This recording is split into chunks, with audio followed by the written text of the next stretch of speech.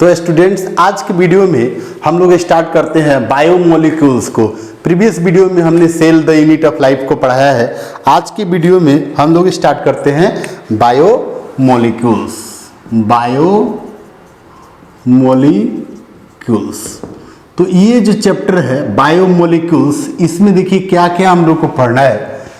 कुछ basic concept लेते हैं, जैसे all the molecules present inside the cell are generally termed as biomolecules। तो यहाँ पे देखिए दो टर्म है ना, एक है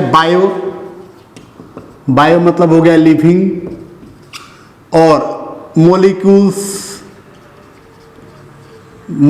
में जनरली ऑर्गेनिक इनऑर्गेनिक मोलिक्यूल्स दोनों आ जाएगा। तो यहाँ पे कुछ term related, all the cells और all the molecules present inside the cell are considered as cellular pool। मतलब यहाँ पे एक टर्म आ गया सेलुलर पूल। क्या है? जितना भी बायोमोलिक्यूल्स है, जैसे मैक्रोमोलिक्यूल्स, माइक्रोमोलिक्यूल्स, जो भी मोलिक्यूल्स प्रेजेंट है लिविंग सेल के अंदर ना, उसको सेलुलर पूल बोलते हैं। अब थोड़ा देखना है कि ये मोलिक्यूल कौन कौन सा होगा। तो मोलिक्यूल्स जनरली दो टाइप का होगा, एक ऑर्गेनिक मोलिक्यूल्स होगा और एक इनऑर्गेनिक मोलिक्यूल्स। तो देखिए ऑर्गेनिक मोलिक्यूल्स और एक को लेंगे इनऑर्गेनिक मॉलिक्यूल्स। तो अब देखिए ऑर्गेनिक मॉलिक्यूल्स में क्या क्या आ जाएगा। जैसे हम बोले कार्बोहाइड्रेट आ गया, कार्बोहाइड्रेट, फिर से इसके अंदर प्रोटीन्स आ गया, फैट्स, इसके बाद से एमिनो एसिड, इसके बाद से न्यूक्लिक एसिड, इसके बाद से अगर बोले एंजाइम्स, इसके बाद से विटामिन्स। ये सब क्या है? जनरली ऑर्गेनिक मॉलिक्यूल्स है। इनऑर्गेनिक मॉलिक्यूल्स में क्या क्या आ जाएगा? मिनरल्स और वाटर। तो वाटर आ गया और इसके साथ मिनरल्स आ गया। तो अब बात करते हैं मिनरल्स में कौन कौन सा मिनरल्स होगा। प्लांट्स के लिए कौन कौन सा मिनरल चाहिए और एनिमल्स के लिए कौन कौन सा मिनरल्स चाहिए।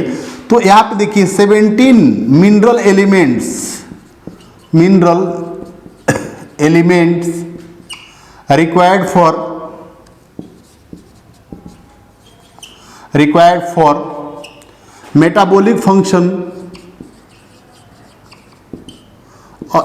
Metabolic functions inside the plant. और 24 मिनरल एलिमेंट्स किसको चाहिए? 24 mineral elements required for animals. किसके लिए चाहिए? एनिमल्स के लिए चाहिए। ठीक है, तो अब हम लोग देखेंगे यहां पे मैंने बताया कि जो भी मॉलिक्यूल्स है, मॉलिक्यूल्स को दो पार्ट्स में हम डिवाइड करेंगे। ऑर्गेनिक मॉलिक्यूल्स है और इनऑर्गेनिक मॉलिक्यूल्स है। ऑर्गेनिक मॉलिक्यूल्स और इनऑर्गेनिक मॉलिक्यूल्स का मैंने यहाँ पे कॉन्सेप्ट बता दिया। अब थोड़ा ये देखना है कि जो भी मॉलिक्यूल्स है उसको हम लोग दो पार्ट्स में कैसे डिवाइड करेंगे। सबसे पहले क्या करते हैं, किसी भी एनिमल और लिविंग ऑर्गेनिजम्स, जैसे बोले एनिमल और प्लांट सेल, कोई भी ले सकते हैं। यहाँ पे एनिमल और प्लांट सेल को हम लोग क्या करते हैं, ग्राइंडिंग करते हैं ट्राइक्लोरोएसिटिक एसिड के अंदर। ग्राइंडिंग इन ट्राइक्लोरोएसिटिक एसिड। आप इसको याद रखिए, यहां पे सबसे इंपॉर्टेंट पॉइंट है। ट्राइक्लोरोएसिटिक एसिड के अंदर एनिमल और प्लांट सेल किसी को भी लेकर के ग्राइंडिंग करते हैं, और ग्राइंडिंग करने के बाद ये जो पेस्ट बन गया, पेस्ट और जेली लाइक और विस्कस सब्सटेंस, इसको हम लोग क्या करते हैं, एक फनल के अंदर लेते हैं। मतलब एक टेस्ट ट्यूब में लेंगे। ये सपोज मान के चलिए ये टेस्ट ट्यूब है, ये हो गया टेस्ट ट्यूब। इस टेस्ट ट्यूब के अंदर क्या करते हैं, इस पेस्ट को लेते हैं, ये हो गया टेस्ट ट्यूब, और इस टेस्ट ट्यूब के अंदर लेंगे तो टेस्ट ट्यूब से जो पार्ट, अब थोड़ा देखिए इस टेस्ट ट्यूब के अंदर मैं क्या बोल रहा हूं कि जो एनिमल और प्लांट सेल के अंदर जो मॉलिक्यूल्स है, जो मॉलिक्यूल्स इस एसिड के अंदर डिजोल्व कर गया वो तो फिल्ट्रेट हो गया। तो यहाँ पे दो मटेरियल ले रहा हूं, एक मटेरियल जो इस टेस्ट ट्यूब के अंदर फिल्ट्रेट होके आ गया, मतलब जो एसिड सोल्युबल था वो फिल्ट्रेट होके आ गया, और जो एसिड इनसोल्युबल था वो फनल के अंदर ही रह गया। तो कुछ सब्सटेंस, कुछ मॉलिक्यूल सेल के अंदर फनल के अंदर ही रह गया, और एक कॉटन इसके अंदर ये फिल्टर पेपर लगा दिया मैंने, ये हो गया फिल्टर पेपर बोलिए, और कॉटन क्लॉथ, ठीक है। तो देखा गया क्या कि कुछ मटेरियल जो है वो फनल के अंदर ही रह गया, और कुछ मटेरियल जो है फिल्ट्रेट होके नीचे आ गया।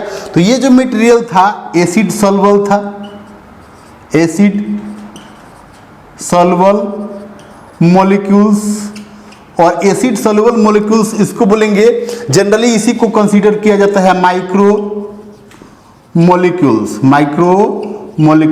और ये क्वेश्चन पूछा हुआ है कि जो माइक्रो मॉलिक्यूल्स है इसका मॉलिक्यूलर वेट कितना होता है, मॉलिक्यूलर वेट 8 to 800 डाल्टन्स,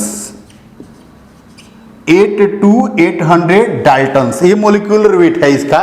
और जो इनसॉल्युबल था एसिड इनसॉल्युबल, ये देखिए ये हो गया एसिड इनसॉल्युबल। तो जो एसिड इनसॉल्युबल था उसका मॉलिक्यूलर वेट कितना था, मॉलिक्यूलर वेट मोर देन 10,000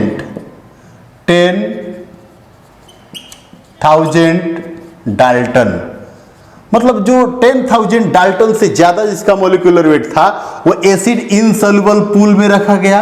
और इसके अंदर एग्जाम्पल क्या किया जाता है, एसिड जो इनसॉल्युबल था उसके अंदर एग्जाम्पल क्या किया जाएगा, कार्बोहाइड्रेट हो गया। कार्बोहाइड्रेट में जनरली पॉलीसेक्राइड हम लिख देते हैं यहाँ पे, पॉलीसेक्राइड हो गया, पॉलीसेक्राइड। फिर से इसके अंदर प्रोटीन आ गया, प्रोटीन मॉलिक्यूल आ गया, न्यूक्लिक एसिड आ गया, न्यूक्लिक एसिड में दोनों आ गया, डीएनए भी आ गया और आरएनए, दोनों में से कोई एक ले सकते हैं। डीएनए आरएनए हो गया, प्रोटीन हो गया, पॉलीसेक्राइड हो गया, ये सब एसिड इनसॉल्युबल पूल है। और इसका जो मॉलिक्यूलर वेट होता है वो 10,000 डाल्टन से ज्यादा होता है।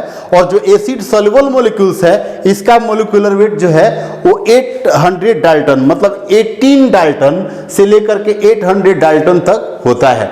अब आप देखो इसमें एग्जाम्पल कौन कौन सा आ जाएगा माइक्रोमोलिक्यूल्स में, इसका एग्जाम्पल इसमें आ गया आपका, जैसे न्यूक्लियोटाइड आ गया, न्यूक्लियोटाइड्स, न्यूक्लियोसाइड्स, एमिनो एसिड आ गया, एमिनो एसिड आ गया, न्यूक्लियोसाइड आ गया, न्यूक्लियोसाइड्स, मोनोसेक्राइड्स आ गया, मोनोसेक्राइड्स। इसके अंदर लिपिड मॉलिक्यूल भी आ जाएगा। देखिए लिपिड के लिए हम थोड़ा एक्सेप्शनल केस लेंगे, ये एक्सेप्शनल केस में आता है, एक्सेप्शनल केस में लिपिड जो होता है इसको माइक्रो मॉलिक्यूल्स के अंदर कंसीडर करते हैं कि वो लिपिड का जो मॉलिक्यूलर वेट होता है वो 800 डाल्टन्स होता है।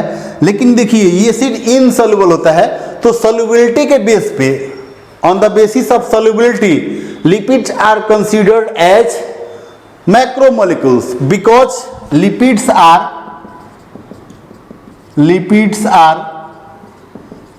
insoluble in acid। एसिड के अंदर ये क्या होता है, इनसॉल्युबल होता है। सो इसको हम लोग मैक्रोमोलिक्यूल कंसीडर करेंगे। बट अगर हम इसका मोलिक्यूलर वेट का बात करें तो इसका मोलिक्यूलर वेट 800 डाल्टन होता है। सो इसको माइक्रोमोलिक्यूल्स के अंदर ही हम लोग कंसीडर करेंगे। डाइसेक्राइड्स भी आ गया, मोनोसेक्राइड, डाइसेक्राइड्स, यहाँ पे देख लीजिए न्यूक्लियोटाइड, एमिनो एसिड, न्यूक्लियोसाइड्स, ये सब किस में आ जाएगा, माइक्रोमोलिक्यूल्स के अंदर आ जाएगा। अब हम लोग इसके बाद बात करते हैं, थोड़ा सा देखते हैं कार्बोहाइड्रेट। फर्स्ट कैटेगरी हम लोग लेते हैं बायोमोलिक्यूल्स के अंदर। जो फर्स्ट कैटेगरी है कार्बोहाइड्रेट का बात करते हैं, फिर उसके बाद प्रोटीन्स का बात करेंगे। तो अभी हम लोग देखते हैं कार्बोहाइड्रेट्स के बारे में। कार्बोहाइड्रेट्स क्या है? चलिए कार्बोहाइड्रेट्स के बारे में देखिए। फर्स्ट हेडिंग हम लोग कर लेते हैं कार्बोहाइड्रेट्स। कार्बोहाइड्रेट, तो इसका नेम ही क्लियर है, कार्बोहाइड्रेट। इसके अंदर 3 मॉलिक्यूल्स प्रेजेंट होगा और 3 एटम्स प्रेजेंट होगा। ये कार्बन, हाइड्रोजन और ऑक्सीजन से बना होगा। कार्बन, हाइड्रोजन और ऑक्सीजन, इसका रेशियो कितना होता है? कार्बन 1 मॉलिक्यूल, हाइड्रोजन का 2 मॉलिक्यूल और ऑक्सीजन का भी 1 मॉलिक्यूल यहाँ पे प्रेजेंट होता है। सो यहाँ पे अगर हम इसको बोले कार्बन और इसको ऐसे लिख दे H2O, हाइड्रोजन का 2 एटम और ऑक्सीजन का 1 एटम और कार्बन का 1 एटम मिलकर के कार्बोहाइड्रेट जनरली बनाता है। जनरल फॉर्मूला हो गया। तो इसको हम लोग ऐसे भी बोल सकते हैं, hydrates of carbon. Hydrates water, ये वाटर कार्बन क्या है यहाँ पे, ये जो वाटर मॉलिक्यूल है ये कार्बन के साथ कंबाइंड होकर के कार्बोहाइड्रेट बना रहा है। So hydrate of carbon is called as carbohydrate. Hydrates of carbon is called as carbohydrate. इसका जनरल फॉर्मूला क्या होगा? जनरल फॉर्मूला कार्बोहाइड्रेट का CnH2nOn, ये जनरल फॉर्मूला है। और CH2ON भी लिखते हैं, CH2ON। इसको कैसे भी लिख सकते हैं और ऐसे भी लिख सकते हैं, CH2O*N, इसको ऐसे भी लिख सकते हैं। ठीक है, ये जनरल फॉर्मूला हो गया कार्बोहाइड्रेट का। अब थोड़ा हम लोग बात करेंगे कार्बोहाइड्रेट का कितना क्लासिफिकेशन है, कितने पार्ट्स में इसको डिवाइडेड किया जा सकता है। जैसे मोनोसेकेराइड्स, मोनोसेकेराइड्स, तो मोनोसेकेराइड्स किसको बोलेंगे? इट्स है सिंगल मोनोमर्स। इसके पास क्या होगा? इट्स है single monomers, monomers, single monomers, single monomers से बना होगा ये। और डाइसेकेराइड किसको बोलेंगे? Disaccharides, disaccharides. अब थोड़ा देखो, डाइसेकेराइड्स के पास क्या होगा? 2 मोनोमर्स होगा, 2 मोनोमर्स। और इसके बाद से ओलिगोसेकेराइड्स, ओलिगोसेकेराइड्स किसको बोलेंगे? इसके पास क्या होगा? 3 to 7 और इवन 10, 3 to 7 मोनोमर्स, मोनोमर्स और 10 मोनोमर्स तक भी ले सकते हैं हम लोग। और इसके बाद से पॉलीसेकेराइड आ जाता है, पॉलीसेकेराइड्स। तो आप थोड़ा देखो, polysaccharide more number of monomers हो जाएगा, मोर नंबर ऑफ मोनोमर्स। ठीक है, तो अब हम लोग थोड़ा सा कैटेगरी लेते हैं। यहाँ पे मेनली हम लोग बात करते हैं सबसे पहले मोनोसेकेराइड्स का। मोनोसेकेराइड्स, तो आप देखो जो मोनोसेकेराइड्स होगा इसके पास कितना कार्बन एटम का नंबर होगा? कार्बन का जो नंबर होगा वो जनरली 3 to 7 कार्बन नंबर। यहाँ पे क्या मोनोसेकेराइड के पास क्या होगा? Carbon number as 3 to 7। तो इसके बेस पे हम लोग मोनोसेकेराइड के एक टर्म बना लेते हैं। तो देखिए, अगर कार्बन का नंबर 3 हो तो इसको हम लोग ट्राइओज बोलेंगे, ट्राइओज। और कार्बन का नंबर 4 होगा तो इसको हम लोग टेट्रोज बोलेंगे। और कार्बन का नंबर 5 हो जाएगा तो इसको हम लोग पेंटोज बोलेंगे। और कार्बन का नंबर 6 हो गया तो इसको हम लोग हेक्सोज बोलेंगे। कार्बन का नंबर अगर 7 हो गया तो इसको हम लोग सीडोहेप्टुलोज बोलेंगे, सीडोहेप्टुलोज बोलेंगे। अब थोड़ा देखो यहाँ पे, और यहाँ पे हेक्सोज, और जैसे कार्बन का नंबर 7 हो गया, सीडोहेप्टुलोज और हेप्टोज जनरली बोल देंगे हम लोग। तो ये देखिए ट्राइओज एग्जाम्पल, अगर इसका जनरल फॉर्मूला ले लीजिए पहले। तो जनरल फॉर्मूला मोनोसेक्राइड हो या कोई भी जो कार्बोहाइड्रेट मॉलिक्यूल है, जनरल फॉर्मूला क्या है? CnH2n है ना। तो यहाँ जनरल फॉर्मूला CnH2nOn हो गया। तो n का वैल्यू यहाँ पे 3 है ना, ये कार्बन का जो नंबर होगा ये n का वैल्यू हो जाएगा। तो आप यहाँ पे देखो, यहाँ पे हेक्सोज, यहाँ पे लेंगे हेप्टोज लेंगे, ठीक है। तो अब देखो यहाँ पे ट्रायोज है ना, तो C3H6O3 हो जाएगा जनरल फॉर्मूला। यहाँ पे क्या हो जाएगा? C4H8O4 डबल, जैसे कार्बन का जस्ट डबल हाइड्रोजन होगा या ऑक्सीजन का जस्ट डबल होगा, तो कितना हो जाएगा? C5H10O5। और यहाँ पे कितना हो जाएगा? C6H12O6। और यहाँ पे कितना हो जाएगा? C7H14O7। और आप एग्जाम्पल कर लो इसमें, तो यहाँ पे हो जाएगा जैसे ग्लिसरल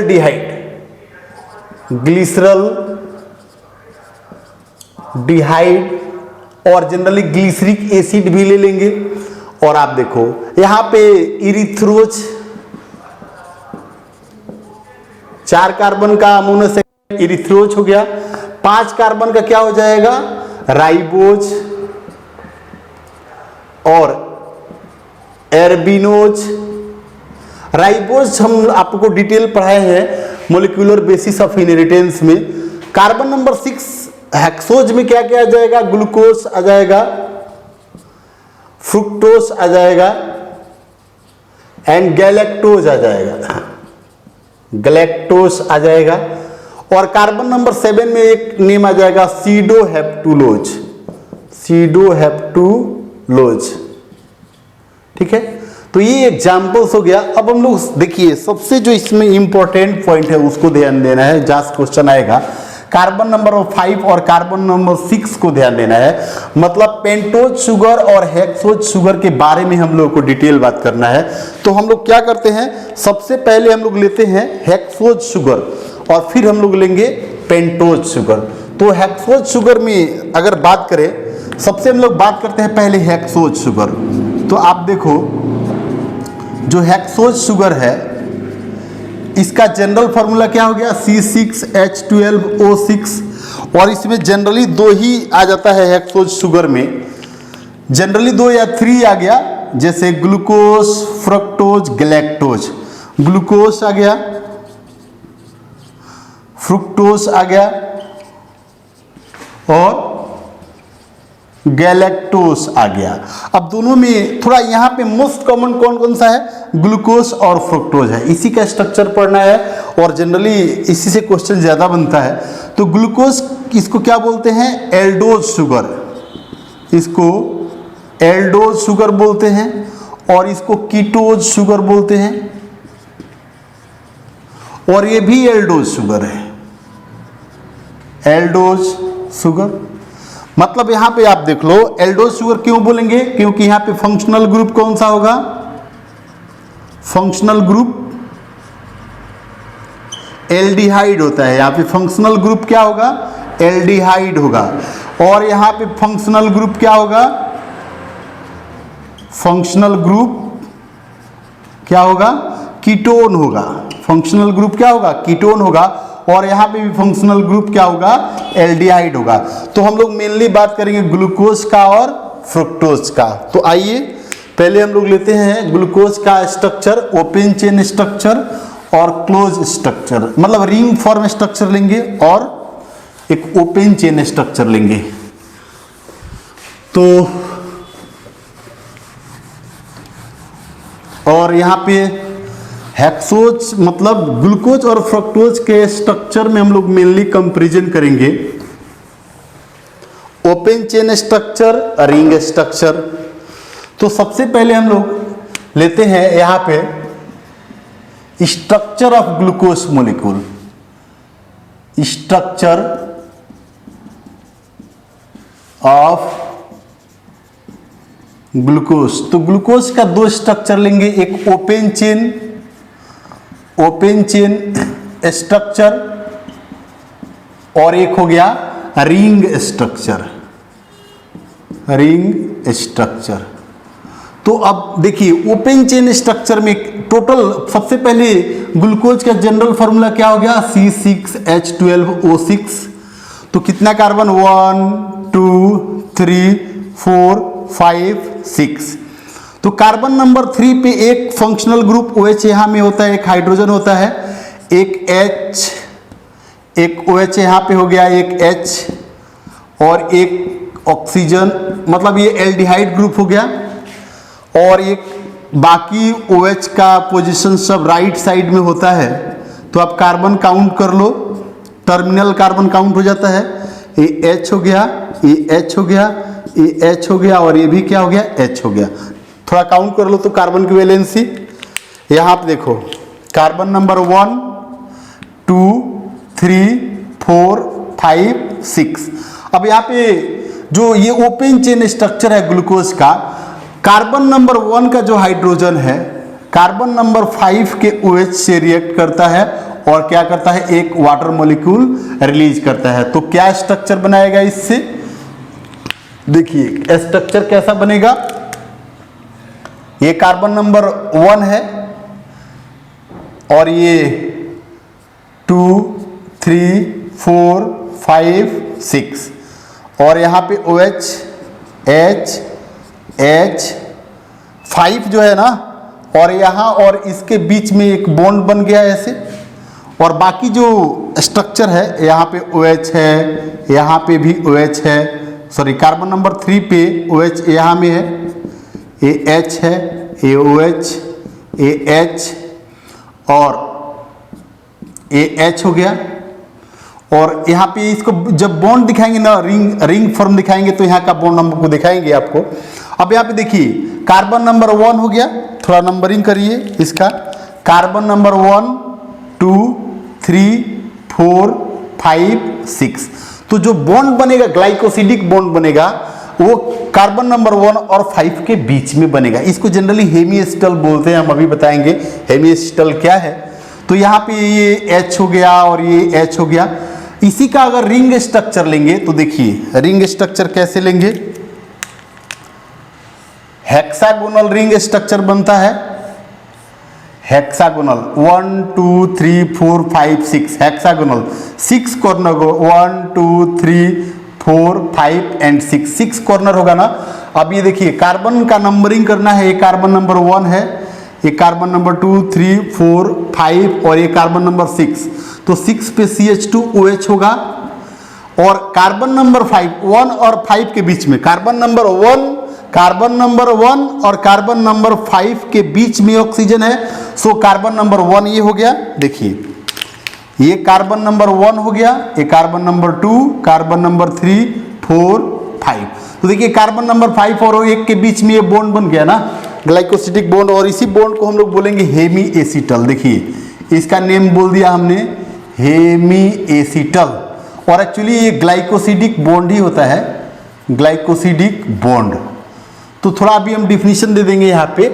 ग्लाइकोसिडिक बॉन्ड बनेगा तो जब भी ग्लाइकोसिडिक बॉन्ड बनेगा तो एक वाटर मॉलिक्यूल को रिलीज करेगा। अब थोड़ा देखिएगा, जितना राइट साइड का जो OH होता है, जैसे हम लोग रिंग स्ट्रक्चर लेते हैं तो राइट साइड में इसको ऐसे राइट साइड में लेने पर डी ग्लूकोज का फॉर्मेशन होता है, और जितना भी OH होगा वो नीचे में चला जाएगा। तो कार्बन नंबर 1 ये OH H, फिर वाटर मॉलिक्यूल डिसोसिएट होकर के H और OH बना लेता है ना, यही H और OH कार्बन नंबर 1 पे आ जाता है। कार्बन नंबर 2 पे देखिए OH नीचे में चला गया H, कार्बन नंबर 3 में एक OH ऊपर H नीचे, 4 में OH H, carbon number 5 H यहाँ पे आ गया। तो इसको हम लोग बोलते हैं डी ग्लूकोज। क्या बोलेंगे इसको, डी ग्लूकोज, मतलब अल्फा डी इसको और बोलते हैं अल्फा डी ग्लूकोज। और जितना भी OH अगर लेफ्ट साइड में चला जाए, ऐसे हम रोटेट करें, राइट साइड में रोटेट किया स्ट्रक्चर बन गया, लेफ्ट में रोटेट करेंगे तो उससे बनेगा स्ट्रक्चर, उसको हम लोग बोलेंगे बीटा डी ग्लूकोज। ये हो गया अल्फा डी ग्लूकोज, और जो लेफ्ट साइड में जाएगा OH उसको बोलेंगे बीटा डी ग्लूकोज। तो ये स्ट्रक्चर हो गया। अब हम लोग थोड़ा लेते हैं फ्रुक्टोज का। देखिए ये जो रिंग बना इसको हम लोग बोलते हैं हेक्सागोनल रिंग, और इस हेक्सागोनल रिंग का जनरली नेम क्या होता है, इसको पाइरेनोज रिंग बोलेंगे। इसको, ये जो रिंग बन गया ना, इस रिंग को बोलेंगे पाइरेनोज रिंग। अब आप बोलिए पाइरेनोज रिंग का क्या क्वालिटी है, क्या इंपॉर्टेंट पॉइंट है कि रिंग के पास 5 कार्बन होगा और ऑक्सीजन एटम कितना होगा, ऑक्सीजन का 1 एटम होगा। 5 कार्बन ऑक्सीजन, मतलब रिंग के पास कितना कार्बन, 5 कार्बन। काउंट कर लीजिए तो 1 carbon, carbon number 1, carbon number 2, carbon number 3, carbon number 4, carbon number 5 और एक ऑक्सीजन है। ऐसा रिंग जिस रिंग के अंदर 5 कार्बन, एक ऑक्सीजन हो, उसी रिंग को हम लोग क्या बोलेंगे, पाइरेनोज रिंग बोलेंगे। और ये पाइरेनोज रिंग कैसा होता है, हेक्सागोनल इन स्ट्रक्चर होता है। नेक्स्ट हम इस तरह से लेंगे स्ट्रक्चर ऑफ फ्रुक्टोज। फ्रुक्टोज का स्ट्रक्चर लेंगे तो ओपन चेन लेंगे और रिंग चेन लेंगे। यहाँ पे तो देखिए ओपन चेन में देखिए कार्बन नंबर 1 2 3 4 5 6 वाले कार्बन। यहाँ पे देखिए हम थोड़ा सा नंबरिंग कर लेंगे। कार्बन नंबर 1 2 3 ऐसे हमने कार्बन का नंबरिंग कर लिया। लास्ट में H OH OH OH, यहाँ पे H और कार्बन नंबर 2 पे कीटोन फंक्शनल ग्रुप होता है, यहाँ पे H होता है, यहाँ पे H होता है, OH H। अब देखिए कार्बन नंबर 3 पे यहाँ पे OH हो गया, यहाँ पे H हो गया। ये ओपन चेन स्ट्रक्चर हो गया हेक्सोज का। कार्बन नंबर 1 हो गया, 2 हो गया, 3 हो गया, 4 5 6। अब यहाँ पे जो रिंग बनेगा, जो बॉन्ड बनेगा, कार्बन नंबर 2 और 5 के बीच में बनेगा। कार्बन नंबर 2 और 5 के बीच में बनेगा। तो ये देखिए कैसे हम लोग इसका स्ट्रक्चर लेंगे, रिंग फॉर्म। ऐसे देखिए ये रिंग फॉर्म स्ट्रक्चर हो गया और ये पेंटागोनल रिंग स्ट्रक्चर बनेगा। कैसा, पेंटागोनल रिंग स्ट्रक्चर। और ये देखिए कार्बन की नंबरिंग कर लीजिए और जितना हम राइट साइड में लेंगे तो बीटा डी, यहाँ पे अल्फा डी फ्रुक्टोज बन जाएगा और लेफ्ट में लेंगे तो बीटा डी फ्रुक्टोज बन जाएगा। तो यहाँ पे देखिए नंबरिंग कर लीजिए। कार्बन का नंबर 1 नहीं होगा। ये देखिए यहाँ पे एक कार्बन आएगा ना, सबसे पहले यहाँ पे कार्बन CH2OH, यहाँ पर भी कार्बन आ जाएगा CH2OH के साथ। तो नंबरिंग देखिए, कार्बन नंबर यहाँ से करेंगे नंबरिंग। तो ये कार्बन नंबर 1 हो गया, ये कार्बन नंबर 2 3 4 5 और ये हो गया 6। तो जहां जहां में OH है देखिए कार्बन नंबर 2 पे, कार्बन नंबर 2 पे क्या हो जाएगा, एक यहाँ पे H आ जाएगा और यहाँ में कार्बन नंबर 3 में एक OH यहाँ पे चला गया, एक H, 4 में एक OH H, 5 में एक यहाँ पे H आ गया। देखिए तो टोटल आप बात करिए कितना। और देखिए ग्लूकोज और फ्रुक्टोज दोनों क्या है, polyhydroxy compound. Glucose and fructose both are polyhydroxy compound. ये दोनों का दोनों क्या है, पॉलीहाइड्रोक्सी कंपाउंड है। अब थोड़ा देखिए यहाँ पे टोटल अगर हम बात करें कार्बन का 1 2 3 4 5 6, हाइड्रोजन जितना है आप देख लीजिए, हाइड्रोजन भी कितना होना चाहिए, 12 होना चाहिए। तो 1 2 3 4 5 और ये कितना हो गया 8। और यहाँ पे हाइड्रोजन देखिए काउंट करिए कितना हो गया, 3 4 5 6 7 8 9 और 3 12। ये स्ट्रक्चर हो गया ना। इसका हम लोग ये जो रिंग स्ट्रक्चर लेंगे ना, ये कैसा स्ट्रक्चर है, पेंटागोनल रिंग। और इस पेंटागोनल रिंग में क्या है, एक्चुअली इसको फ्यूरेनोज रिंग बोलेंगे।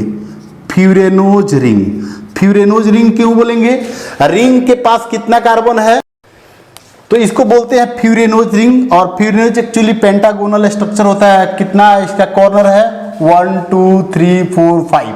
तो तो इसको फ्यूरेनोज रिंग किसको बोलेंगे? रिंग है 4 कार्बन, रिंग के पास 4 कार्बन होगा एंड 1 ऑक्सीजन, एक ऑक्सीजन एटम होगा और 4 कार्बन एटम, यहाँ पे कार्बन एटम लिख देते हैं, 4 कार्बन एटम होगा और 1 ऑक्सीजन एटम होगा। तो इस तरह के रिंग को हम लोग बोलेंगे फ्यूरेनोज रिंग। अब हम लोग लेते हैं इसके बाद, ये तो मैंने आप लोगों को मोनोसेक्राइड में बताया, अब हम लोग लेते हैं थोड़ा सा डाइसेक्राइड, और डाइसेक्राइड का स्ट्रक्चर देखते हैं। यहाँ पे थोड़ा हम लोग बेसिक का बात करेंगे, डाइसेक्राइड कितना होगा और डाइसेक्राइड का जनरली क्या मोलिकुलर फॉर्मूला होगा, क्वेश्चन क्या पूछता है डाइसेक्राइड से उसको देखिए।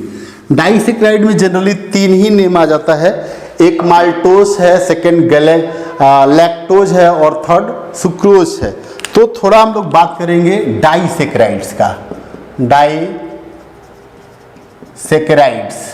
तो डाइसेक्राइड्स में 3 ठो आ जाएगा। देखिए इसका डाइसेक्राइड्स में क्या बोलेंगे, इट्स 2 मोनोमर्स, इसके पास कितना मोनोमर्स होगा? 2 मोनोमर्स होगा। और इसका जनरल फॉर्मूला क्या हो जाएगा? C12H22 और O11। कैसे बनता है ये? इसका मोलिकुलर फॉर्मूला होगा डाइसेक्राइड्स का। कैसे? जैसे 2 मोनोमर्स है C6H12O6 और फिर से लिखें C6H12O6 प्लस H2O, और यही ब्रेक होके क्या बनाएगा? C12H22O11 प्लस एक वाटर मॉलिक्यूल रिलीज होता है। और ये वाटर मॉलिक्यूल कैसे रिलीज होगा? जब ग्लाइकोसिडिक बॉन्ड बनेगा। ये जनरल फॉर्मूला होता है डाइसेक्राइड बनने का। और डाइसेक्राइड में जनरली 3 आता है, एक है सुक्रोज, इसको हम लोग क्या बोलते हैं? केन शुगर बोलेंगे, और जनरली इसको टेबल शुगर भी बोलते हैं, टेबल शुगर। और आप देख लो जो सुक्रोज है इसका 2 मोनोमर्स है, 2 मोनोमर्स में कौन कौन सा होता है? 2 मोनोमर्स, एक होगा ग्लूकोज और एक होगा फ्रुक्टोज। जो पहला मोनोमर्स है ग्लूकोज और दूसरा जो मोनोमर्स है वो है फ्रुक्टोज। अब देखेंगे इसका जो एल्डिहाइड ग्रुप और इसका कीटो ग्रुप दोनों इन्वॉल्व होकर के एक वाटर मॉलिक्यूल को रिलीज करता है, और दोनों के बीच में क्या बनेगा? Glycosidic bond. और यहाँ में जो ग्लाइकोसिडिक बॉन्ड बनता है 1,2 ग्लाइकोसिडिक बॉन्ड बनता है। आपसे क्वेश्चन यही पूछेगा कि सुक्रोज जो मॉलिक्यूल बनता है, तो सुक्रोज मॉलिक्यूल्स में जो ग्लूकोज और फ्रुक्टोज के बीच में जो बॉन्ड बनता है ग्लाइकोसिडिक बॉन्ड, 1,2 ग्लाइकोसिडिक बॉन्ड बनता है। और ये सुक्रोज है, ये नॉन रिड्यूसिंग शुगर है। ये क्वेश्चन पूछता है, ये क्या है? नॉन रिड्यूसिंग शुगर है। क्वेश्चन ये इंपॉर्टेंट है, ये कि जो सुक्रोज है ये क्या है? नॉन रिड्यूसिंग शुगर है। इसके बाद आप देख लो माल्टोस सेकेंड हो गया, माल्टोस, और एक होता है लैक्टोस।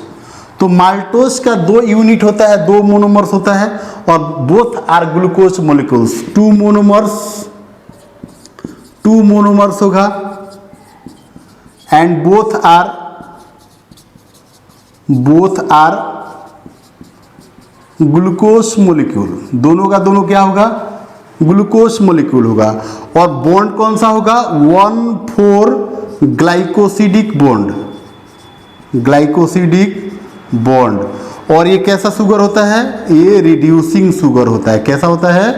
Reducing sugar. जो क्वेश्चन इंपॉर्टेंट है उसको देखिए, ये क्वेश्चन पूछता है कि रिड्यूसिंग है कि नॉन रिड्यूसिंग। तो ये जो माल्टोस है वो कैसा शुगर है? रिड्यूसिंग शुगर है। सुक्रोज क्या है? नॉन रिड्यूसिंग शुगर है। ठीक इस तरह से लैक्टोस, इसका 2 मोनोमर्स होगा, ग्लूकोज प्लस ग्लैक्टोस। 2 मोनोमर्स कौन कौन सा होगा?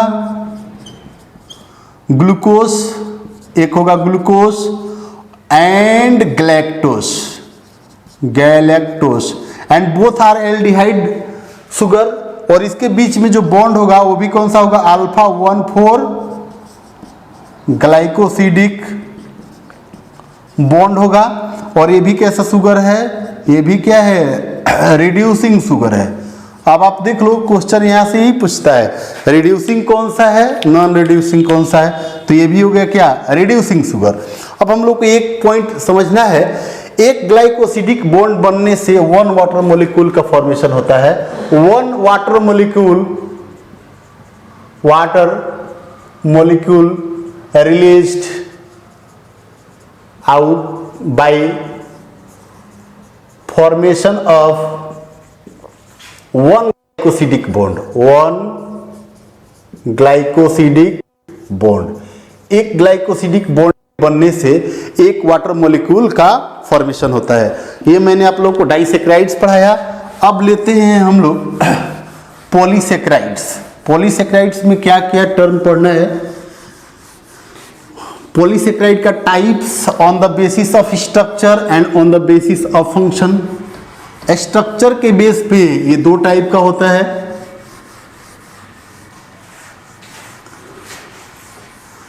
होमोपॉलीसेक्राइड एंड हेट्रोपॉलीसेक्राइड। तो थोड़ा सा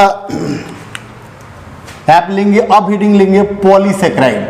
क्या लेंगे, पॉलीसेक्राइड। तो पॉलीसेक्राइड किसको बोलेंगे, made up of more number of monomers. मतलब यहाँ पे क्या होगा, जो 10 मोनोमर्स से जनरली ज्यादा होगा, मतलब 7 मोनोमर्स होने से तो वो क्या हो जाएगा, जनरली ओलिगोसेक्राइड हो जाएगा। तो ये क्या होगा, made up of more than 7 और 10 mono units of saccharide molecules. Mono units मतलब मोनोसेक्राइड्स।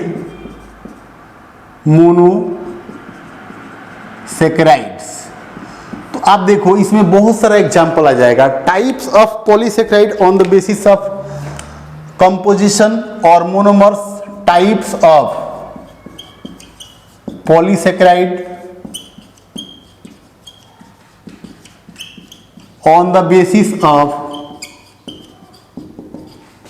मोनोमर्स। मोनोमर्स के बेस पे कितना टाइप का पॉलीसेक्राइड होगा, 2 टाइप का होगा। एक है होमोपॉलीसेक्राइड्स और एक है क्या, हेट्रोपॉलीसेक्राइड्स। अब देखिए होमोपॉलीसेक्राइड्स में क्या क्या एग्जाम्पल आ जाएगा, स्टार्च,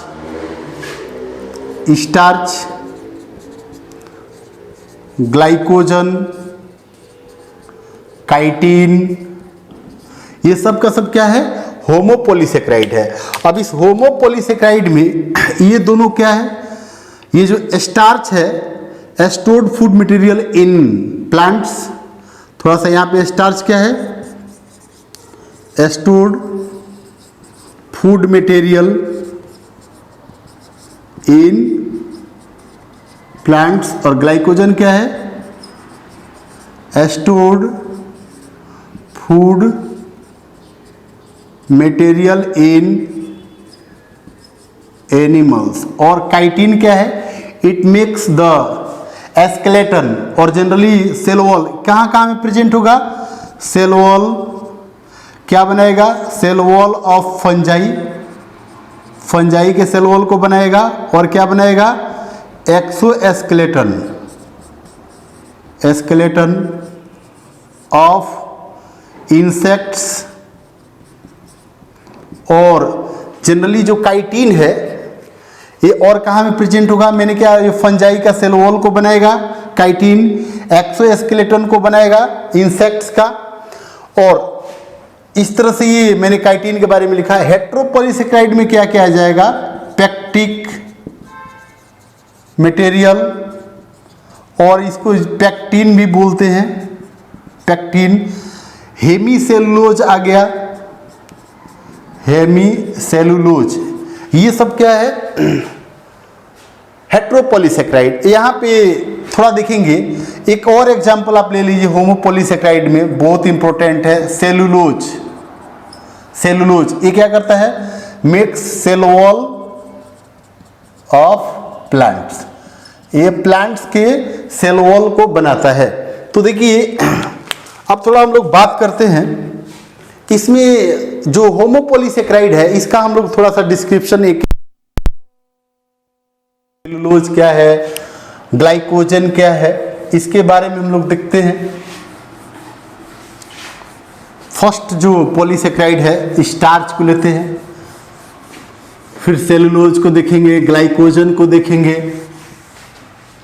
तो देखिए फर्स्ट जो पॉलीसेक्राइड है उसका नेम है स्टार्च। फर्स्ट पॉलीसेक्राइड क्या है? स्टार्च। स्टार्च क्या है? ये होमोपोलीसेक्राइड है। क्या है? होमो पॉलीसेक्राइड, ये होमो पॉलीसेक्राइड है। सबसे पहले इसका यूनिट्स, मोनोसेक्राइड कौन सा है इसका? मोनोसेक्राइड्स, और इसी को मोनोमर्स बोलेंगे। मोनोमर्स, इसका जो मोनोमर्स होता है ग्लूकोज मॉलिक्यूल, ग्लूकोज मॉलिक्यूल। ये जो स्टार्च होता है, स्टार्च, इसका दो कंपोनेंट होता है। Component of starch, component of starch. Starch का दो कंपोनेंट, एक होता है एमाइलोज और एक सेकेंड एमाइलोपेक्टिन। अमाइलोज, सेकेंड क्या है? अमाइलोज। फर्स्ट जो है अमाइलोज है, फर्स्ट जो कंपोनेंट अमाइलोज है, और जो सेकेंड कंपोनेंट है एमाइलोपेक्टिन। अमाइलोज जो होता है ना, made up of 200 to 2000, 200 to 2000 glucose unit, glucose unit से बना होता है। ये क्या होता है? लीनियरली अरेंज होता है। ग्लूकोज मॉलिक्यूल्स क्या होगा? Glucose molecule linearly arranged by alpha 1,4 glycosidic bond, 1,4 glycosidic bond, alpha 1,4 glycosidic bond से अटैच होगा ये जो एमाइलोज होगा, और ये लीनियर स्ट्रक्चर होगा। ठीक है, अब थोड़ा सा देखेंगे जो अमाइलोपेक्टिन होगा, made up of 2000 to 20,000 glucose molecule, और क्या होगा? लीनियर और as well as branch structure. ये क्या हो गया? Linear as well as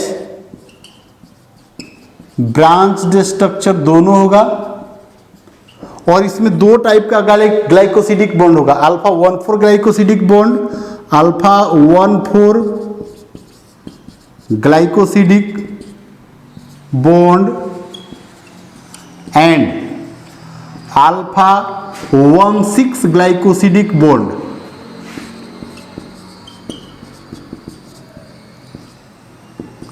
glycosidic bond present होगा।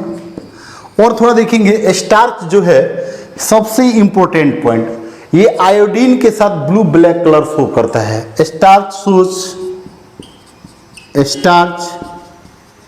सोच blue black colour with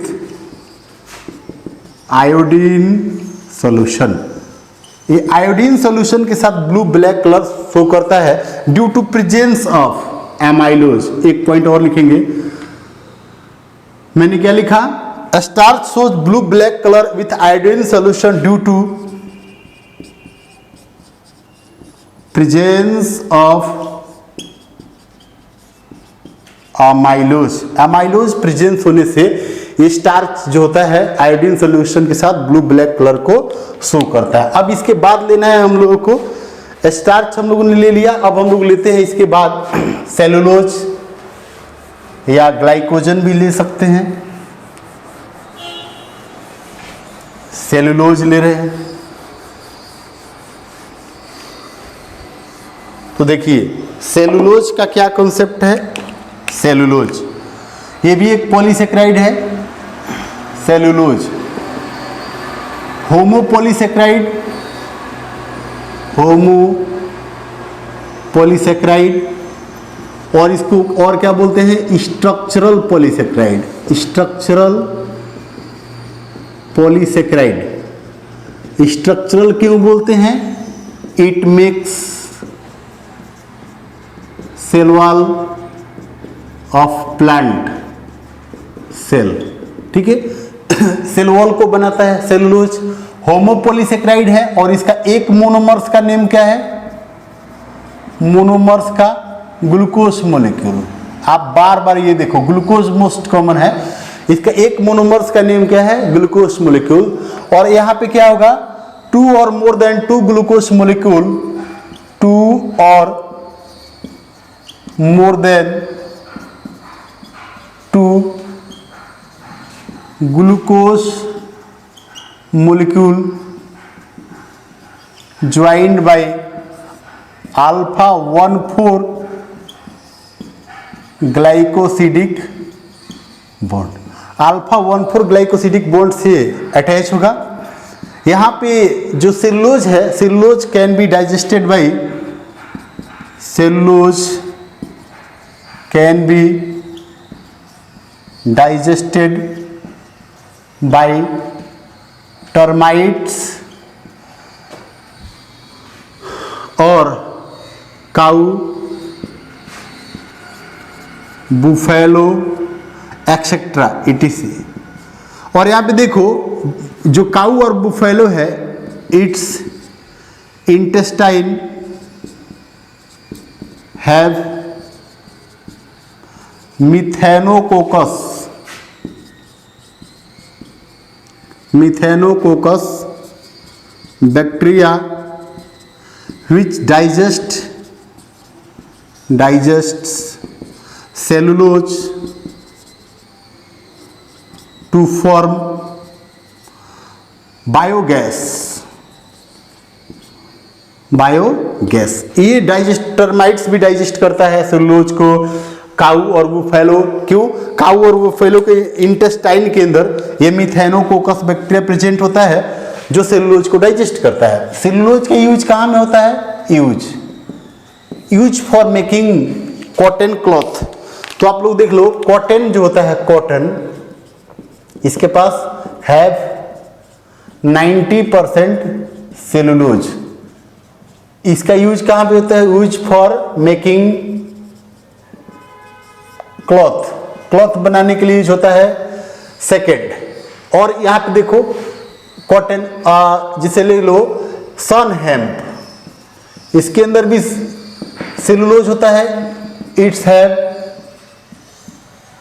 40 to 60% cellulose. और इसका यूज कहाँ पे होता है, use for making cloth. Cellulose acetate, cellulose plus base आप ले लो, अगर सेलुलोज को किसी बेस के साथ ऐड करो ना, तो इससे सिंथेटिक फाइबर बनता है जिसका नाम है रेयन। इसको बोलते हैं क्या, सिंथेटिक फाइबर। इसके बाद देखो cellulose acetate, cellulose acetate used for making shutter proof glass, used for making shutter proof glass. Shutter proof glass क्या होता है, जिसे कोई अच्छी जो व्हीकल्स होता है ना, उसका जो ग्लास होता है उसके ऊपर स्टोन मारने से भी जो होता है ना, वो ब्रिटल नहीं होता है, वो क्रैक हो जाएगा बट वो ब्रिटल नहीं होगा। तो सेलुलोज एसीटेट, इसके पास से और भी इसका डेरिवेटिव आता है जिसका अलग अलग यूज किया जाता है, जैसे methyl carboxy acetate, methyl carboxy acetate, इसका यूज किया जाता है for making ice cream, for making ice cream. Ice cream बनाने के लिए इसका यूज किया जाता है। तो ये रहा सेलुलोज। इस तरह से ग्लाइकोजन हो गया, काइटिन हो गया, बहुत सारा है। तो ये पॉलीसेकेराइड भी मैंने आप लोगों को पढ़ा दिया। अब थोड़ा हम लोग लेते हैं एमिनो एसिड, और एमिनो एसिड से प्रोटीन सिंथेसिस होता है।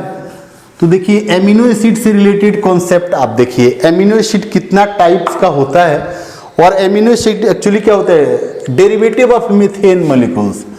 अब हम लोग लेते हैं नेक्स्ट माइक्रो मॉलिक्यूल्स है एमिनो एसिड। तो एमिनो एसिड में देखिए दीज आर द, तो देखिए इसके बाद हम लोग देखते हैं amino acid. Amino acid sorry, amino acid को जनरली हम लोग बोलते हैं, जिसे इसका जनरल फॉर्मूला क्या हो जाएगा, जनरल फॉर्मूला क्या हो जाएगा, एक देखिए जनरल फॉर्मूला, एक सेंट्रल एटम और एक कार्बोक्सिलिक ग्रुप होता है, और एक NH2 ग्रुप होगा, और एक हाइड्रोजन और एक अल्काइल ग्रुप। यहां पे कार्बोक्सिलिक ग्रुप है, कार्बोक्सिलिक ग्रुप, और ये क्या है, अल्काइल ग्रुप, ये है एमिनो ग्रुप, एमिनो ग्रुप। ठीक है, तो ये जनरली एमिनो एसिड का जनरल फॉर्मूला होगा। एमिनो एसिड का बहुत सारा टाइप्स होता है। टाइप्स ऑफ एमिनो एसिड थोड़ा देखेंगे यहाँ पे, types of amino acid on the basis of acidity and basicity. जैसे पहला हम लोग लेंगे first neutral amino acid, neutral amino acid. तो न्यूट्रल एमिनो एसिड जनरली क्या बोलेंगे इसको, न्यूट्रल एमिनो एसिड में जैसे हम बोले क्या कि ए हम बोल रहे हैं यहाँ पे अमाइनो ग्रुप, हम इसको रिप्रेजेंट कर रहे हैं अमाइनो ग्रुप NH2 ग्रुप, और सी कार्बोक्सिलिक ग्रुप से रिप्रेजेंट कर रहे हैं। तो अगर बोल रहे हैं किसी एमिनो एसिड का बेसिक नेचर अगर ज़्यादा होगा और एसिडिक नेचर कम होगा तो उसको बेसिक एमिनो एसिड बोलेंगे। यहाँ पे देखिए अगर दोनों, जैसे दोनों एसिडिक, जैसे amino acid first neutral amino acid किसको बोलेंगे, द बेसिक एसिडिक, ऐसे बोलेंगे the basic and acidic nature, acidic nature बोले, और properties of amino acid are, और एमिनो एसिड इज इक्वल और सेम। तो इसको हम लोग बोलेंगे जनरली क्या, न्यूट्रल एमिनो एसिड। इसमें एग्जाम्पल क्या आ जाएगा, ग्लाइसिन, सेरीन। ठीक है, ये एग्जाम्पल हो गया। सेकेंड हम लोग लेंगे basic amino acid, basic amino acid. तो बेसिक एमिनो एसिड क्या होगा, बेसिक नेचर जो होगा, इस एमिनो का जो बेसिक नेचर होगा वो एसिडिक नेचर से ज्यादा होगा, एसिडिक नेचर से ज्यादा होगा। और इसका एग्जाम्पल क्या हो जाएगा, एलानिन, आर्जिनिन। ये हो गया बेसिक एमिनो एसिड। थर्ड क्या हो गया, थर्ड यहां पे ले रहे हैं एसिडिक एमिनो एसिड,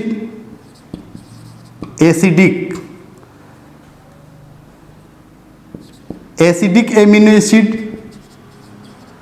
यहां पे क्या हो जाएगा, जो एसिडिक नेचर है, एसिडिक नेचर, ये greater than basic nature. Basic nature से क्या होगा, ज्यादा होगा। तो यहां पे इसको एसिडिक एमिनो एसिड बोलेंगे। और आप देखो यहां पे एग्जाम्पल क्या हो जाएगा, ग्लूटामिक एसिड,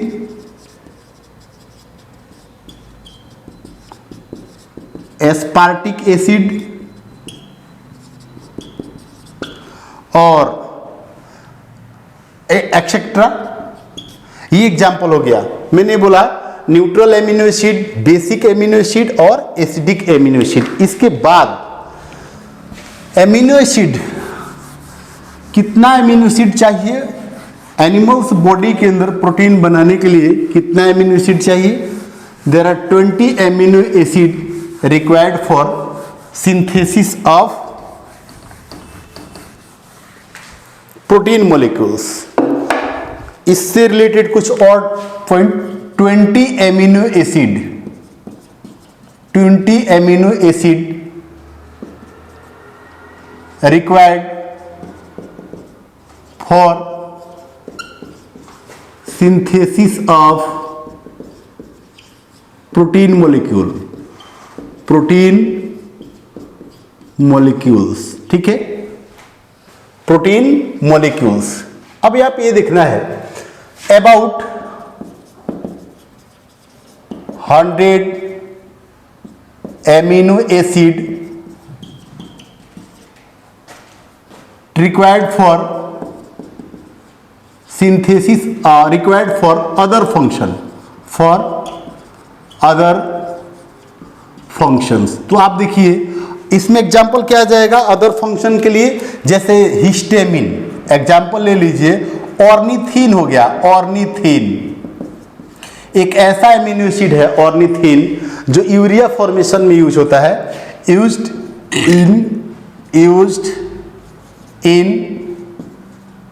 यूरिया फॉर्मेशन इन ऑर्निथिन साइकिल, ऑर्निथिन साइकिल। और क्या है हिस्टामिन, हिस्टामिन कहाँ यूज होता है? ये secreted from mast cell and used during और mast cell and causes allergy inside the body, allergy inside the body। Other function में इसका रोल होता है। अब थोड़ा देखेंगे प्रोटीन एमिनो एसिड का थोड़ा टाइप देखते हैं।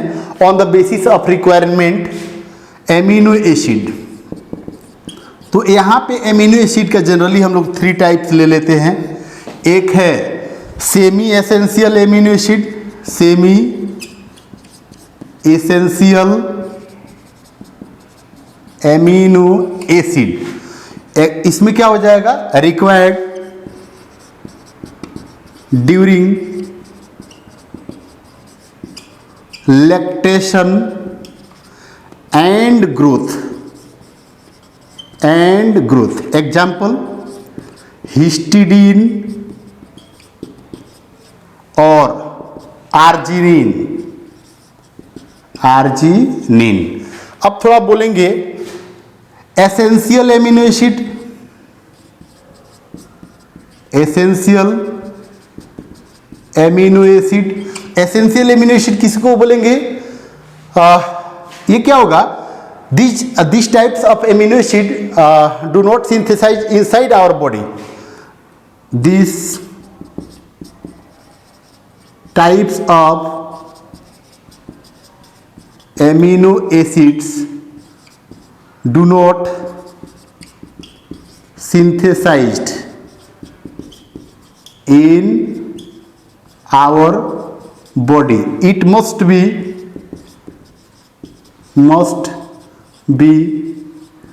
present inside diet।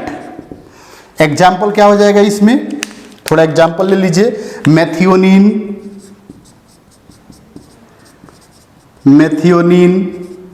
Tryptophan, phenyl alanine etcetera. Inside यहां पे थोड़ा आप कर लीजिए आवर डाइट। इसके बाद ले लीजिए non essential amino acid, non essential amino acid. Non essential मतलब ये क्या होगा? This type of amino acid synthesize in our body, this types of amino acids synthesized in our body। Example क्या हो जाएगा इसमें? Glutamic acid, aspartic acid, valine etcetera. ये सब जो हो गया नॉन इसेंशियल एमिनो एसिड, इसको फूड से नहीं चाहिए, ये बॉडी के अंदर खुद सिंथेसाइज होता है। अब हम लोग को एक्चुअली देखना है ये जो एमिनो एसिड होता है ना, बहुत सारा एमिनो एसिड जो होता है पेप्टाइड बॉन्ड से एक साथ अटैच रहता है। तो देखिए पेप्टाइड बॉन्ड का क्या कॉन्सेप्ट है उसको हम लोग देखते हैं। पेप्टाइड बॉन्ड का कैसे फॉर्मेशन होगा?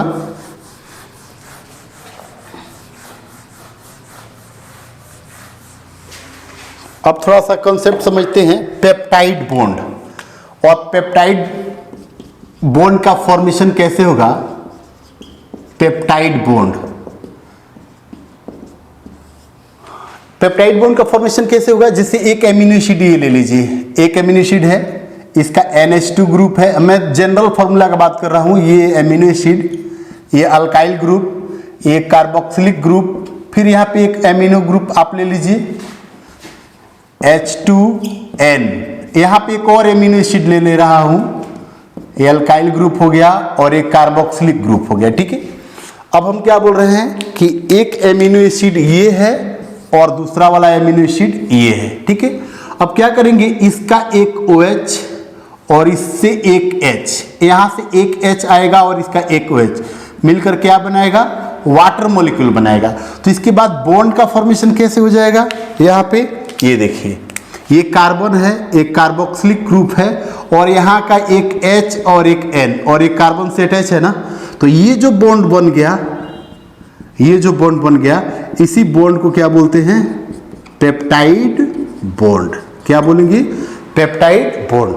अब थोड़ा देखेंगे peptide bond actually protein molecules जो होता है, प्रोटीन, अब थोड़ा प्रोटीन मॉलिक्यूल का कंसेप्ट समझते हैं। तो ये पेप्टाइड बॉन्ड बन गया ना, वन मॉलिक्यूल्स, जैसे वन पेप्टाइड बॉन्ड, और ऐसे बोलेंगे one water molecule released by formation of one peptide bond. One peptide bond, एक पेप्टाइड बॉन्ड बनने से एक वाटर मॉलिक्यूल रिलीज होगा। ठीक है, अब थोड़ा देखना है, जैसे हम सिंपल टर्म बोले, ये बहुत सारे ए मतलब एमिनो एसिड, एक पेप्टाइड बॉन्ड एमिनो एसिड, फिर peptide bond amino acid, peptide bond amino acid, ऐसे बहुत सारा एमिनो एसिड ऐसे जुड़ता जाएगा, अटैच होता जाएगा ना। सपोज मान के चलो कि एक एमिनो एसिड नंबर 1 है, ये 2 है, 3 है, 4 है, 5 है, 6 है। तो देखिए अगर जितना एमिनो एसिड होगा उससे एक कम पेप्टाइड बॉन्ड होगा, और जितना पेप्टाइड बॉन्ड होगा उतना ही वाटर मॉलिक्यूल होगा।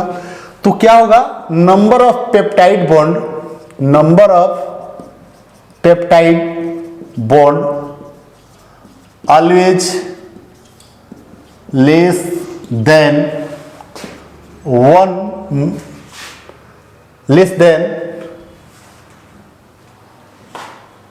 मैंने क्या लिखा? Number of peptide bond always less than, और थोड़ा सा इसको ऐसे लिख देते हैं, peptide bond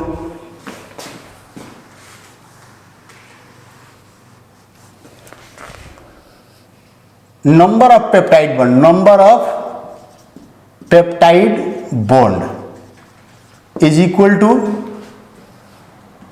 1 less than total number of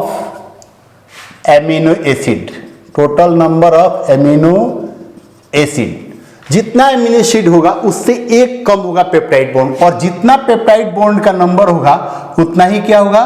मतलब number of H2O molecule is equal to number of peptide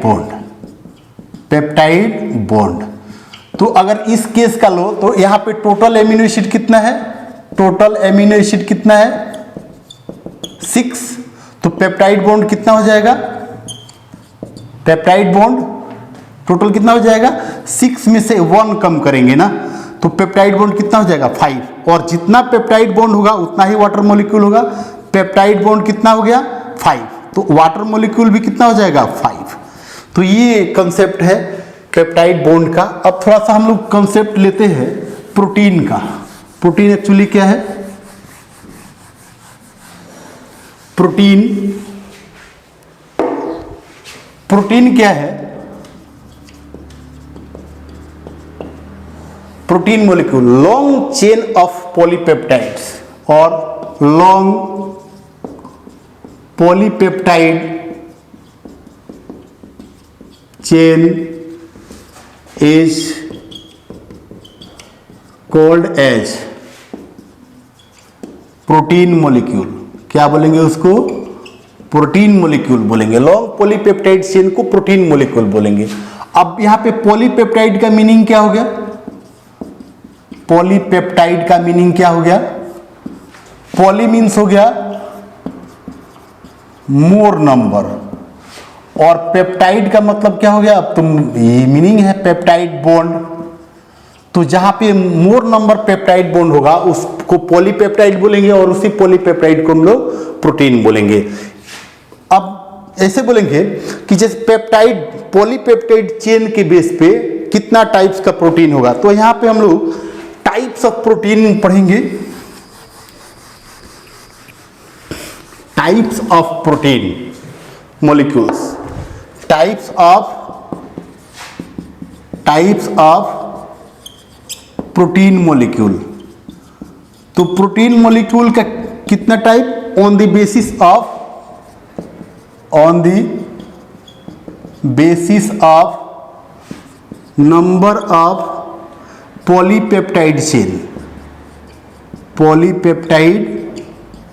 chain, ठीक है। तो यहां पे देखेंगे फर्स्ट जो लेंगे हम लोग मोनोमेरिक प्रोटीन।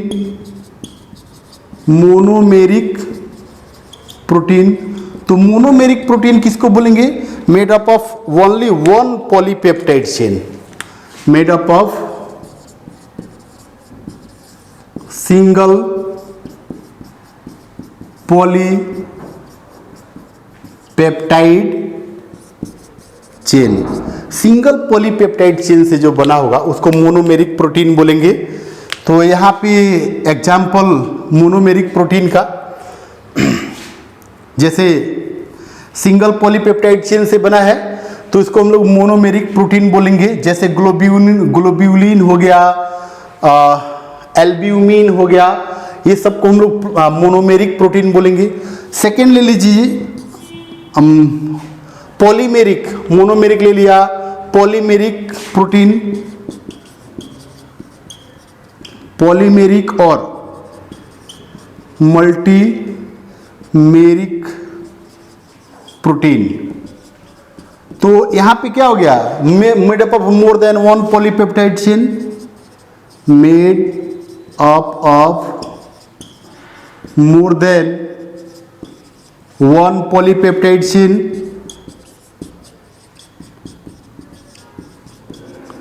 तो इसको हम लोग एग्जाम्पल ले लेंगे इसमें, जैसे ग्लोबिन ऑफ हीमोग्लोबिन, यहाँ पे इंसुलिन भी ले लेंगे, इंसुलिन एक्सेट्रा। तो ये हो गया पॉलीमेरिक और मल्टीमेरिक प्रोटीन। इसके बाद देखिए फर्स्ट क्लास प्रोटीन क्या होता है, फर्स्ट क्लास प्रोटीन, और इसी को बोलते हैं कंप्लीट प्रोटीन। कंप्लीट प्रोटीन तो जितना भी एनिमल प्रोटीन होता है ना, जिसके पास इसेंशियल नॉन इसेंशियल जितना भी एमिनो एसिड प्रेजेंट होता है, animal proteins are generally considered as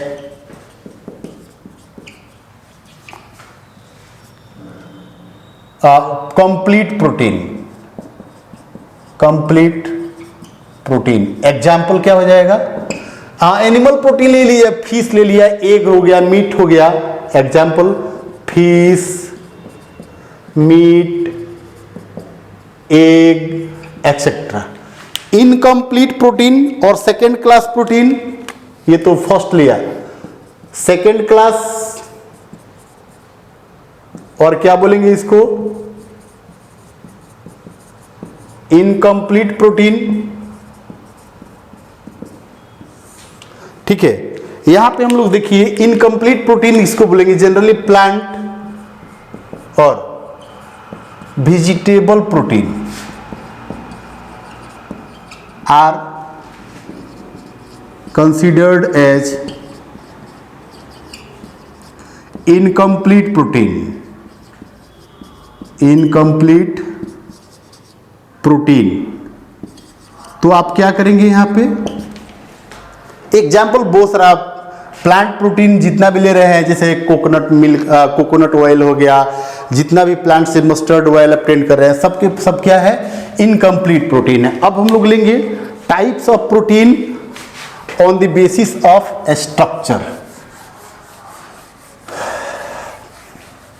primary protein, secondary protein, tertiary protein. तो देखिए types of protein, types of protein on the basis of structure. तो इसमें देखिए फर्स्ट जो हम लोग लेंगे प्राइमरी प्रोटीन। प्राइमरी प्रोटीन, और प्राइमरी प्रोटीन में क्या होगा? इट्स हैव ओनली पॉलीपेप्टाइड, मतलब चेन क्या होगा? It's have only peptide bond. Primary protein उसको बोलेंगे ना, it's have only peptide bond. It's have only peptide bond. Polypeptide का नंबर ज्यादा भी हो सकता है, कम भी हो सकता है, लेकिन ऐसा प्रोटीन जिसके पास क्या होगा? सिर्फ और सिर्फ क्या होगा? पेप्टाइड बॉन्ड होगा। तो इसको हम लोग बोलेंगे प्राइमरी प्रोटीन। एग्जाम्पल इसमें आ जाएगा इंसुलिन। इंसुलिन को हम लोग प्राइमरी प्रोटीन कंसीडर करते हैं। इसके बाद आप ले लीजिए सेकेंडरी प्रोटीन और सेकेंडरी स्ट्रक्चर। सेकेंडरी प्रोटीन देखिए, प्राइमरी प्रोटीन का स्ट्रक्चर, प्राइमरी प्रोटीन जैसे हम लोग बोल सकते हैं ऐसे एमिनो एसिड, बहुत सारा एमिनो एसिड है ना, बहुत सारे एमिनो एसिड, बीच बीच में क्या आ गया? पेप्टाइड बॉन्ड आ गया। तो सिर्फ ऐसा स्ट्रक्चर हो, लीनियर स्ट्रक्चर हो, ऐसा लीनियर स्ट्रक्चर प्रोटीन का, तो इसको हम लोग बोलेंगे प्राइमरी प्रोटीन। सेकेंडरी प्रोटीन किसको बोलेंगे? कि यहां पे क्या होगा? पॉलीपेप्टाइड चेन है, peptide bond as well as hydrogen bond. तो इसका स्ट्रक्चर ऐसे भी कुछ हो सकता है, ऐसे, इसको बीटा हेलिक्स बोलते हैं और अल्फा हेलिक्स। और इसको देखिए ऐसे भी स्ट्रक्चर इसका हो सकता है, सेकेंडरी प्रोटीन का ऐसे भी स्ट्रक्चर हो सकता है। और यहाँ पे ये मैं बहुत सारा ये एमिनो एसिड को दिखा रहा हूँ, ये एमिनो एसिड और दो एमिनो एसिड के बीच में क्या होगा? पेप्टाइड बॉन्ड होगा ना। दो एमिनो एसिड के बीच में क्या होगा? पेप्टाइड बॉन्ड होगा। और ये देखिए एमिनो एसिड के बीच में पेप्टाइड बॉन्ड तो है, लेकिन यहाँ पे हम क्या दिखा रहे हैं कि ये जो दो एमिनो एसिड है इसके बीच में हाइड्रोजन बॉन्ड आ गया। एमिनो एसिड के बीच में तो यहाँ पे पेप्टाइड बॉन्ड, इसको मैं लिख दे रहा हूँ हाइड्रोजन बॉन्ड, और इसको लिख दे रहा हूँ क्या? Peptide bond. इसको, इस स्ट्रक्चर को हम लोग बोलते हैं अल्फा हेलिक्स। एग्जाम्पल क्या हो जाएगा इसका? Keratin protein. जो किरेटिन प्रोटीन होता है नेल्स और स्किन के अंदर, उसका ऐसा स्ट्रक्चर होता है, सेकेंडरी प्रोटीन में आता है। इसको बोलते हैं beta pleated seat structure. Beta pleated seat structure. और बीटा प्लीटेड सीट का स्ट्रक्चर का एग्जाम्पल जो होता है सिल्क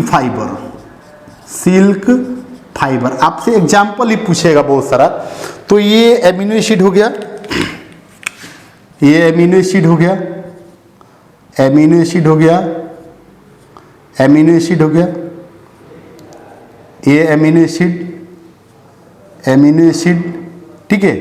तो ये एमिनो एसिड के बीच में तो आपका पेप्टाइड बॉन्ड होगा ही, लेकिन इस एमिनो एसिड से ही यहाँ पे एमिनो एसिड के बीच में हाइड्रोजन बॉन्ड, हाइड्रोजन बॉन्ड जो सीट को एक साथ बाइंड करके रखता है, ठीक है। तो इस तरह का स्ट्रक्चर मिलेगा, इसको सेकेंडरी प्रोटीन बोलेंगे। अब लेते हैं टर्शियरी प्रोटीन और टर्शियरी स्ट्रक्चर। तो टर्शियरी प्रोटीन में एग्जांपल पूछता है ना, जितना भी एंजाइम है, all enzymes are considered as tertiary protein. Third structure tertiary protein. तो टर्शियरी प्रोटीन में क्या हो जाएगा, all enzymes are considered as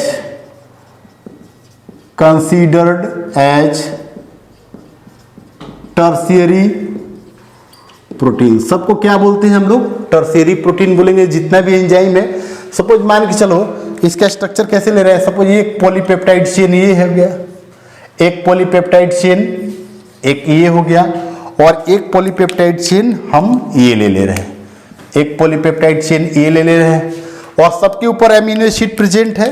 यहाँ देखिए एमिनो एसिड, ये सब एमिनो एसिड है। तो यहाँ पे कौन कौन सा बॉन्ड होता है, क्वेश्चन ये पूछा है कि जो टर्शियरी स्ट्रक्चर होता है इसके अंदर बॉन्ड कौन कौन सा बनेगा, एमिनो एसिड के बीच में, पॉलीपेप्टाइड चेन के बीच में बॉन्ड कौन कौन सा बनेगा। तो बॉन्ड जो होगा देखिए 4 टाइप का बॉन्ड होगा। एक होगा peptide bond, peptide bond sorry, hydrogen bond, hydrogen bond, और जो थर्ड हो जाएगा यहाँ पे आयनिक बॉन्ड भी होगा, आयनिक बॉन्ड, और जो फोर्थ बॉन्ड होगा उस बॉन्ड का नाम हो जाएगा डाइसल्फाइड बॉन्ड, डाइसल्फाइड बॉन्ड। और एक चीज देखेंगे, डाइसल्फाइड कहां पे होगा, only sulphide sorry sulphur containing amino acid present in sulphur containing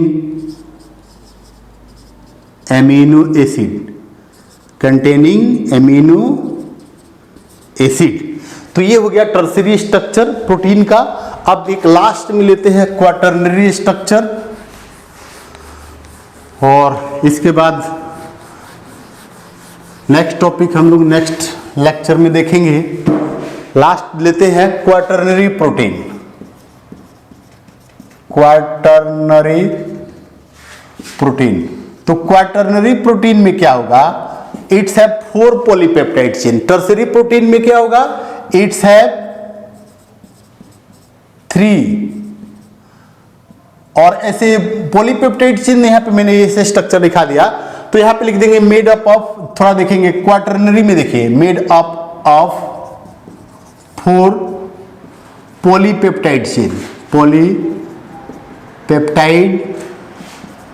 chain, ठीक है। यहां पे आप लिख सकते हो टर्शियरी में made up of 3 polypeptide chain, ठीक है ना। अब स्ट्रक्चर इसका कैसे लेंगे हम लोग, क्वाटरनरी स्ट्रक्चर कैसे लेंगे, ये देखिए एक पॉलीपेप्टाइड चेन ये हो गया, एक पॉलीपेप्टाइड चेन ये हो गया, और एक पॉलीपेप्टाइड चेन ये है,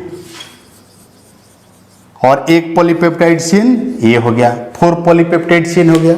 और इसका एग्जाम्पल पूछता है क्वाटरनरी प्रोटीन का, globin protein, globin of haemoglobin, और इसके अंदर इंसुलिन भी आ जाएगा। इंसुलिन यहां पे हम लोग नहीं लेंगे, सिर्फ ग्लोबिन को ले रहे हैं, ग्लोबिन ऑफ हीमोग्लोबिन। तो ये हो गया आपका quaternary protein, tertiary protein, primary protein, secondary protein. इसके बाद प्रोटीन में अभी हम लोग और देखना है on the basis of composition. तो हम लोग प्रोटीन का एक छोटा और टर्म देखते हैं, types of protein molecule on the basis of composition. तो प्रोटीन यहाँ पे कंप्लीट हो जाएगा, फिर उसके बाद से हम लोग एंजाइम लिपिड्स पढ़ लेंगे, चैप्टर कंप्लीट हो जाएगा। ठीक है, तो अब देखिए types of protein on the basis of composition. Next हम ले रहे हैं types of protein on the basis of composition. तो अब देखिए इसमें फर्स्ट आ जाएगा simple amino acid. Simple amino acid, तो सिंपल एमिनो एसिड किसको बोलेंगे? Only made up of, sorry simple protein बोलेंगे यहाँ पे, सिंपल प्रोटीन। तो क्या बोलेंगे? Protein molecules made up of only alpha amino acid, short में मैंने बोल दिया अल्फा एमिनो एसिड। एग्जाम्पल बार बार देखिए, एग्जाम्पल ही इंपॉर्टेंट होता है। ग्लोब्यूलिन, ग्लोब्यूलिन हो गया, और एक और एग्जाम्पल ले लीजिए एल्ब्यूमिन, एल्ब्यूमिन हो गया प्रोटीन। एल्ब्यूमिन में एक बहुत ही बेस्ट यहाँ पे सबसे मोस्ट इंपॉर्टेंट एग्जाम्पल है लैक्टाल्ब्यूमिन, लैक्टाल्ब्यूमिन। और लैक्टाल्ब्यूमिन कहाँ में प्रेजेंट होगा? ये ह्यूमन मिल्क के अंदर प्रेजेंट होता है, ह्यूमन मिल्क के अंदर। लैक्टाल्ब्यूमिन, ग्लोब्यूलिन हो गया, एल्ब्यूमिन हो गया, ये सब सिंपल एमिनो प्रोटीन है। सेकेंड लेंगे conjugate protein. Second conjugate, conjugate protein किसको बोलेंगे? Conjugate protein. तो देखिए कंजुगेट प्रोटीन जो होगा ना, इसके अंदर प्रोटीन पार्ट के साथ साथ नॉन प्रोटीन भी पार्ट होगा। Made up of protein and non protein part, non protein part. ठीक है, जैसे एग्जांपल ले लीजिए प्रोटीन प्लस लिपिड, इसको क्या बोलेंगे? लाइपोप्रोटीन। लाइपोप्रोटीन इसका यूज कहां में होता है? Use during detection of cell during organ transplantation, help in detection of cell और matching of cell during organ transplantation, organ transplantation. ठीक है, एक और आप ले लो प्रोटीन प्लस फॉस्फोरस। जैसे एग्जांपल में ले प्रोटीन बोले, प्रोटीन प्लस फॉस्फोरस, तो इसको क्या बोलेंगे? फॉस्फोप्रोटीन। फॉस्फोप्रोटीन, आपसे क्वेश्चन पूछा है फॉस्फोप्रोटीन का एग्जाम्पल क्या होगा? इसका example casein protein. Casein protein कहाँ में प्रेजेंट होगा? एनिमल मिल्क के अंदर, एनिमल मिल्क, जैसे काऊ हो गया, बुफेलो हो गया, उसके मिल्क के अंदर ये फॉस्फोप्रोटीन केसिन प्रेजेंट होता है। इसके साथ साथ म्यूकोप्रोटीन भी होता है। जैसे एक और आप एग्जांपल ले लो म्यूसिन, ये म्यूकोप्रोटीन है। एक एग्जांपल हमने यहाँ पे दे रहे हैं म्यूसिन, ये क्या है? म्यूकोप्रोटीन।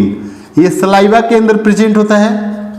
सलाइवा के अंदर कैसे बना होगा म्यूसिन, जिसको म्यूकोप्रोटीन बोल रहे हैं? प्रोटीन प्लस ओलिगोसैकेराइड, ओलिगोसैकेराइड्स, तो इसको हम लोग म्यूसिन जनरली बोलेंगे। तो इसके बाद थर्ड हम लोग लेते हैं प्रोटीन डेरिवेटिव्स। और क्या क्या कंडीशन आ जाएगा? थर्ड, अब यहाँ पे हम लोग लेंगे प्रोटीन डेरिवेटिव्स। पहले यहाँ पे लिखा है types of protein on the basis of composition. इसके बाद नेक्स्ट कॉन्सेप्ट लेते हैं प्रोटीन डेरिवेटिव्स। प्रोटीन डेरिवेटिव्स में क्या क्या आ जाता है? मतलब प्रोटीन डेरिवेटिव्स किसको बोलेंगे? प्रोटीन का derived molecules, peptone, proteoses, peptone and proteoses. इसका यूज, ये सिंपल फॉर्म है, प्रोटीन का सिंपल फॉर्म है। तो ये मैंने प्रोटीन का टाइप्स ले लिया। इसके बाद हम लोगों को एक छोटा सा टॉपिक पढ़ना है, मेटाबोलाइट्स क्या होता है। और मेटाबोलाइट्स में प्राइमरी मेटाबोलाइट्स, सेकेंडरी मेटाबोलाइट्स थोड़ा समझेंगे। मेटाबोलाइट्स क्या है? Substance formed by the metabolic process. substance is formed by metabolic process is called as metabolites। Metabolites दो टाइप का होगा, primary metabolites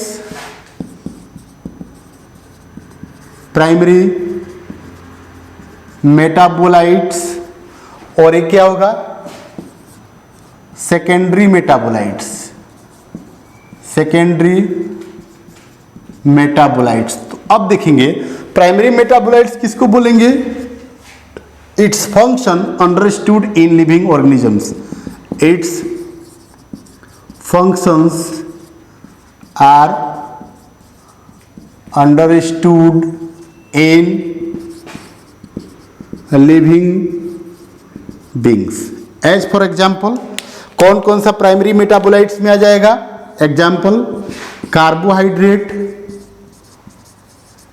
carbohydrates, proteins, fats, enzyme, hormones. और generally enzymes हो गया, यहाँ पे कार्बोहाइड्रेट, प्रोटीन, फैट्स, एंजाइम, ये सब आ जाएगा प्राइमरी मेटाबोलाइट्स में। इसके साथ साथ जैसे विटामिन्स भी आप ले लो, यहाँ पे विटामिन्स भी आ जाएगा, विटामिन्स, हॉर्मोन्स एक्सेट्रा, ये सब प्राइमरी मेटाबोलाइट्स में आ जाएगा। सेकेंडरी मेटाबोलाइट्स उसको बोलेंगे कि जिसका फंक्शन लिविंग ऑर्गेनिजम्स के अंदर अंडरस्टूड नहीं होगा। तो यहाँ पे लिख देंगे functions are not clearly, functions do not clearly understood. यहाँ पे क्लियरली अंडरस्टूड नहीं हुआ लिविंग ऑर्गेनिजम्स के अंदर। एग्जाम्पल, जैसे पिगमेंट्स पहले दिया हुआ है, पिगमेंट्स में क्या किया जाएगा? जैसे कैरोटीनोइड्स हो गया, कैरोट्स के अंदर प्रेजेंट होता है, इसका क्या फंक्शन एक्चुअली है वो अंडरस्टूड नहीं है। साइनोफाइसियन, ये कैरोटीनोइड्स पिगमेंट है। इसके साथ साथ एल्केलाइड्स भी आ जाता है, एल्केलाइड्स। इसके बाद जैसे एल्केलाइड्स मोर्फिन हो गया, कोडीन्स आ गया। फिर इसके बाद से टर्पिनोइड्स, मोनोटर्पिनोइड्स,